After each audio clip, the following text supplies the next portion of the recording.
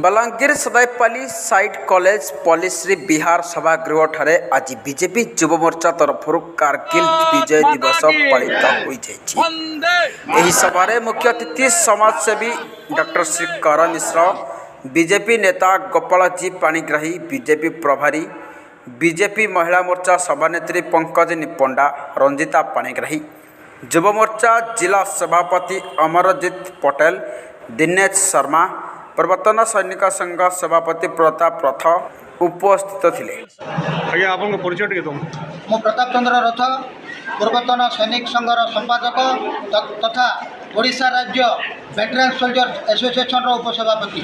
आज काना एटा हेतिला पहला आमर जेन कारगिल विजय दिवस 25तम ई परिप्रेक्षी रे आज भारत वर्षर पूर्व सैनिक समस्त को शुभेच्छा ज्ञापन करुचे।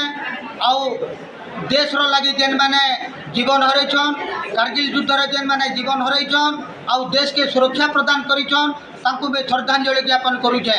यही परिप्रेक्षी रे आज भारतीय जनता पार्टी युव मोर्चा तरफ आमर बलांगीर स्थित सदैपाली नर्सिंग कॉलेज रे आज समस्त शहीद परिवार एवं कारगिल रे जो माने सक्रिय भाव अंशग्रहण करथिले तांकु आज आमंत्रित करी सेमानकु सम्मानित करा जाइछे।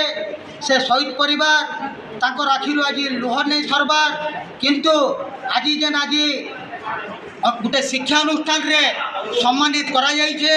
सेथिर लगी पूर्वतन सैनिक संघ से अनुष्ठान के भारतीय जनता पार्टी के तथा साइट कॉलेज प्रतिष्ठाता को अनेक अनेक धन्यवाद। सदैपाली साइट कॉलेज छात्र छात्री बहु संख्यार योगदान करते और बीजेपी युव मोर्चार संपादक पार्थ करण यह सभा को परिचालना करते। कारगिल विजय दिवस सभारे कारगिल रे शहीद होइथिबा शहीद परिवार को युव मोर्चा तरफ सम्मानित कराइथिला।